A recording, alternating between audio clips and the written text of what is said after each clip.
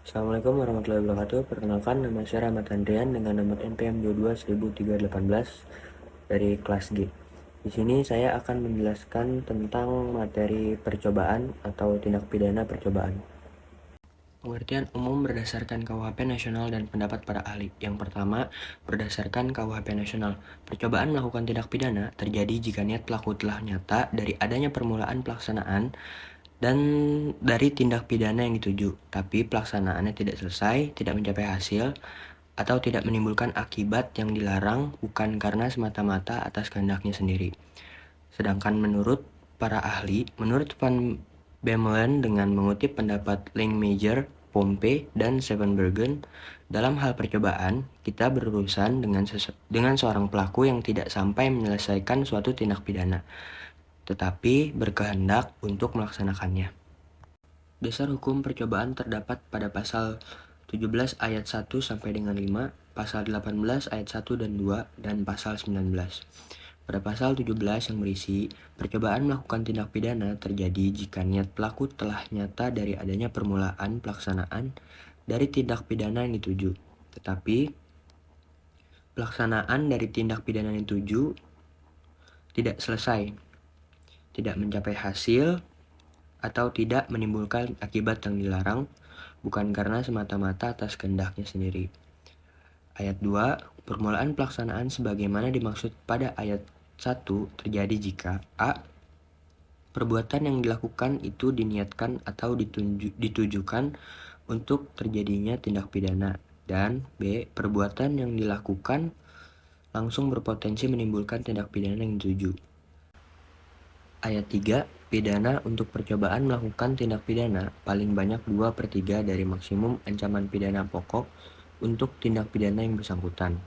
Ayat 4, percobaan melakukan tindak pidana yang diancam dengan pidana mati atau pidana penjara seumur hidup dipidana dengan penjara paling lama 15 tahun.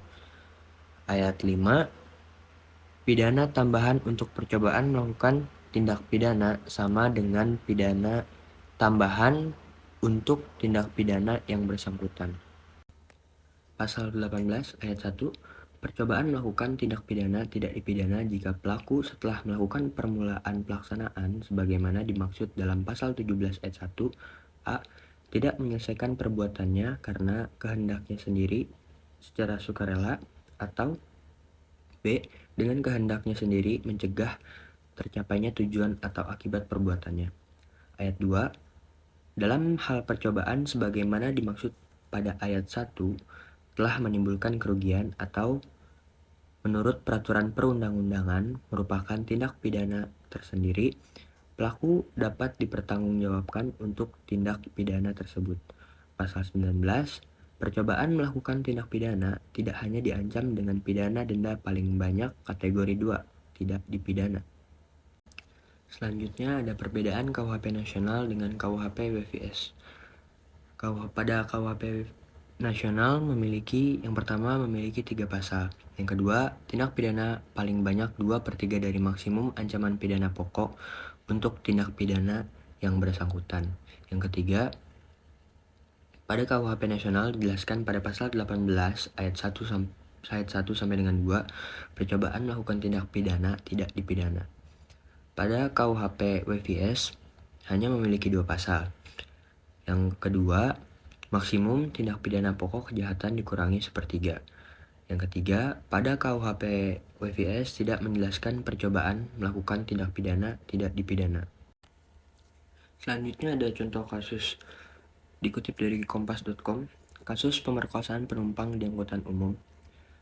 MD 48 tahun, supir angkutan kota trayek 38 Cibinong, Gunung Putri, Kabupaten Bogor, Jawa Barat, mencoba memperkosa penumpangnya.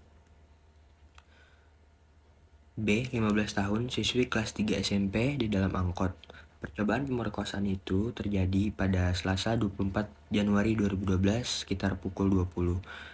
Penyidik Satuan Reserse Kriminal Kepolisian Resor Bogor berhasil membekuk supir angkot tersebut pada Rabu sore. Pemerkosaan terhadap korban belum terjadi, namun pelaku berbuat cabul kepada korban yang tidak melawan karena dia masih anak-anak dan pelaku juga sempat mengancam korban, tutur Kepala Satuan Reserse Kriminal Polres Bogor, Ajudan Komisaris Imron Ermawan di Cibinong, Kamis 26 Januari 2012. Pelaku kini terancam hukuman 15 tahun penjara karena melanggar pasal 81 dan pasal 82 Undang-Undang Nomor 23 Tahun 2002 tentang Perlindungan Anak. Menurut saya kasus ini termasuk kasus tindak pidana percobaan karena pemerkosaan terhadap korban belum terjadi, namun pelaku berbuat cabul kepada korban yang tidak melawan karena masih anak-anak, dan pelaku juga sempat mengancam korban. Berdasarkan kasus tersebut, dapat disimpulkan bahwa supir angkot tersebut telah melanggar kasus pidana percobaan pada pasal 53 ayat 1 KUHP WVS dan pasal 17 ayat 1 pada KUHP nasional. Sekian yang bisa saya sampaikan, kurang lebihnya mohon maaf. Wassalamualaikum warahmatullahi wabarakatuh.